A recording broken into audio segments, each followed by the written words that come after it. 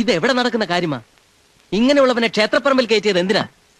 കയറ്റിയതല്ല, ക്ഷണിച്ചു വരുത്തിയതാ. പതുക്കെ പറ. ഇത് പുണ്യസ്ഥലമാ, പുണ്യകർമ്മമാ ചെയ്യേണ്ടത്. ചെയ്തോണ്ടിരിക്കുന്നതും അത് തന്നെയാ.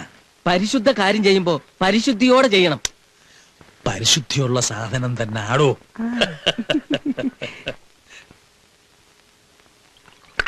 കുപ്പിയോടെ വിഴുങ്ങുന്നു.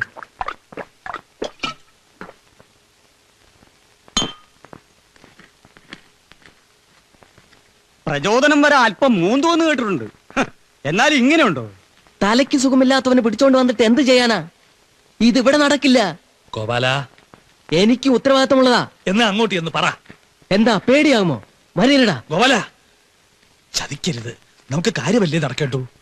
ക്ഷേത്ര പരിസരം മലിനപ്പെടുത്താനുള്ളതല്ല.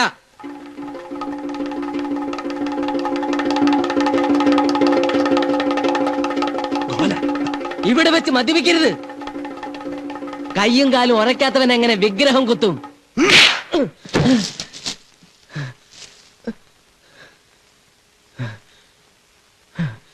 ഞാൻ കുടിക്കും. കുടിച്ചു തന്നെ വിഗ്രഹം കുത്തും. തഞ്ചാവൂർ ക്ഷേത്ര ശില്പങ്ങൾ കണി കണ്ട് ഉണരുന്നവനാ ഞാൻ. ശില്പങ്ങളിൽ തലോടി വന്ന കാറ്റ് സൂക്ഷിച്ചു വളർന്നവനാ. ഒരു കുപ്പി ചാരായത്തിൽ എന്റെ കൈവറയ്ക്കുമോ? ലഹരിയുടെ ഭൂതഗണങ്ങളെ കാവൽ നിർത്തി ശിലകളിൽ രൂപങ്ങൾ ഞാൻ ആവാഹിച്ചു വരുത്തും. ദക്ഷിണേന്ത്യയിലെ ഏറ്റവും പ്രഗത്ഭനായ ശില്പിയുടെ മകനാ. ക്ഷേത്രം പണിയാൻ സ്ഥാനവാസനോ മകനോ വേണമെന്ന് വന്നില്ലേ? എന്തുകൊണ്ട്? ശില്പതന്ത്രം വരപ്രസാദമാ. കൊടുമുടികളെ കൊമ്പുകുത്തിക്കാൻ മനസ്സിന് കഴിയണം. വ്രതശുദ്ധി ഇളക്കാൻ ഒരു സോമരസത്തിനും ആവില്ല.